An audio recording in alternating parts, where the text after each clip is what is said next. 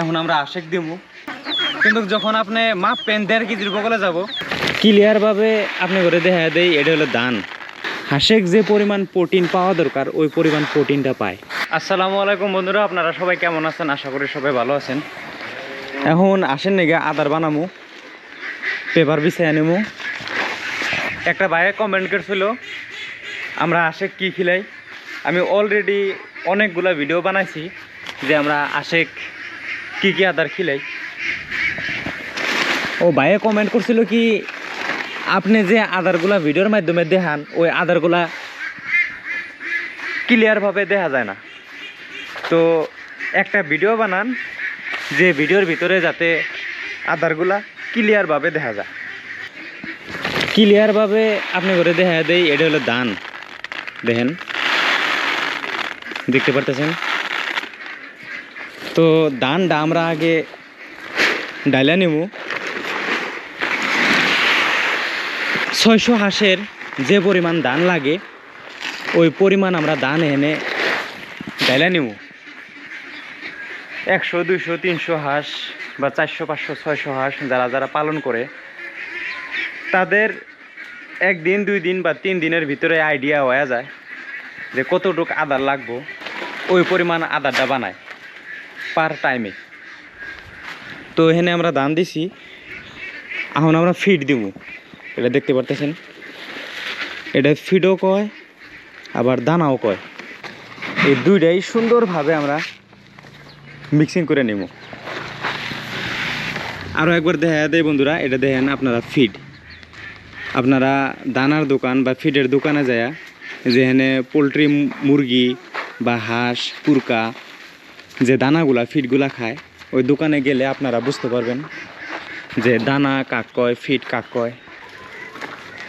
তো আমরা সুন্দরভাবে ওই ধানগুলার হাতে তার পরিমাণ আমরা ফিডটা ভালোভাবে মিক্সিং করে নিব।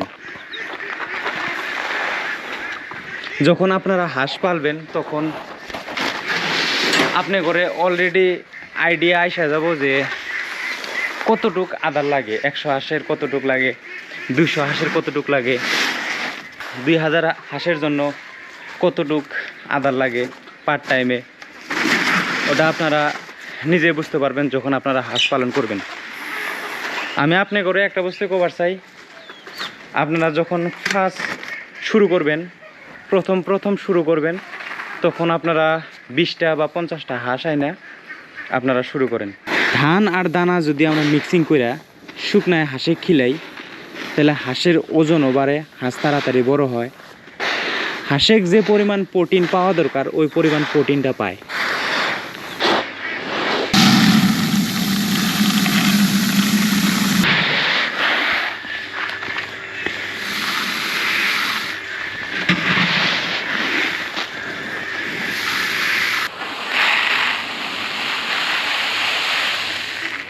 ফিড আর ধান সুন্দরভাবে মিক্সিং করার পরে এখন আমরা আশেক দিব।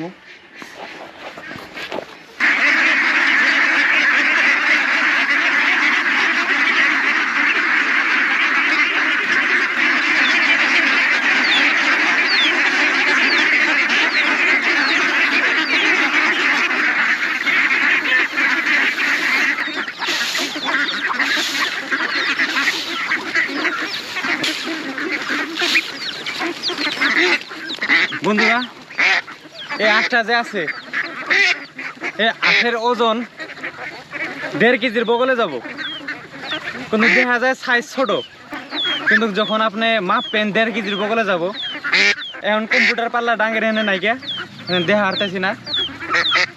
অন্য একটা ভিডিও নিশ্চয়ই আপনার করে দেখামু, একটা করে আঁশ মাইপে দেখামু যে আগের একটা করে আঁশ 1.5 কেজি 1 কেজি 660 গ্রাম পর্যন্ত হয়। আমি যে আপনাকে কইছিলাম যে ধান আর ফিড দুইটাই সুন্দরভাবে মিশানোর পরে মিক্সিং করার পরে আমরা শুকনায় কি জন্য ছিটাইয়া দেই। দেখেন পাশে পানি আছে, সুন্দর পানি, এনে শুকনা ধান আর দানা খায়, পানিটাও অনেক খায়। যদি আগের এনে পানি না থাকতো আমরা এর ভিতরে পানি দিয়ে সুন্দরভাবে নরম সাইজ করে আমরা হাঁসে খিলাইলাম নি, কিন্তু পানি বগলে থাকার কারণে আমরা এখানে পানি দিই না, আমরা শুকনাই খিলাই। আর আপনারা যদি চান যে পানি দিয়ে মিক্সিং করে ভালোভাবে খিলাবার, আপনারা তাও খিলাইতে পারবেন। যার যেরকমভাবে সুবিধা হয় ওরকমভাবেই খিলাবেন। আগের এইভাবে সুবিধা, আমরা এইভাবে খিলাই।